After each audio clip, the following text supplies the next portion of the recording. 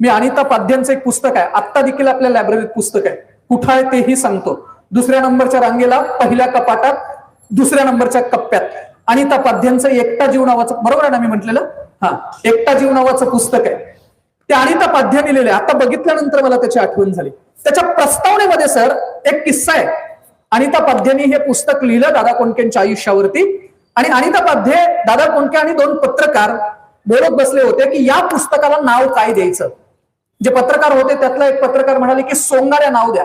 दादा चिडलेने म्हणाले, माफ करा, माझं आयुष्य सोंगाड्या नाहीये, तो माझा पहिला चित्रपट होता, तो प्रसिद्ध झाला, लोकांनी त्याला डोक्यावरती घेतलं, म्हणून माझ्या आत्मचरित्राला नाव सोंगाड्या हे देणं योग्य नाहीये.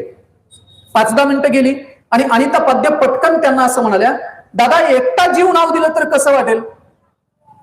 दादावर थोडं त्यांच्या डोळ्यात पाणी आलं आणि म्हणाले, हे नाव योग्य आहे, सगळंच्या सगळं आयुष्य या शब्दात माझं बसतंय, एकटा जीव.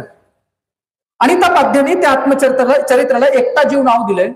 त्या चरित्राच्या शेवटच्या पानावरती जाऊन वाचून बघा, दादा कोंडकेंनी गोव्यातल्या कामाख्या देवीला एक मागणं मागितलंय. ते मागणं काय आहे माहित आहे? दादांच्या उत्तर आयुष्यामध्ये, म्हणजे ज्यावेळेस त्यांचं निधन झालं ते शेवटी त्यांना प्रचंड त्रास झाला, त्यांचं प्रचंड आर्थिक नुकसान झालं होतं आणि ते प्रचंड अस्वस्थ होते. पडद्यावरती हसवणारे दादा आम्ही सगळ्यांनी बघितलेत, पण त्यांचं व्यक्तिगत आयुष्य हे संघर्षानं भरलेलं होतं.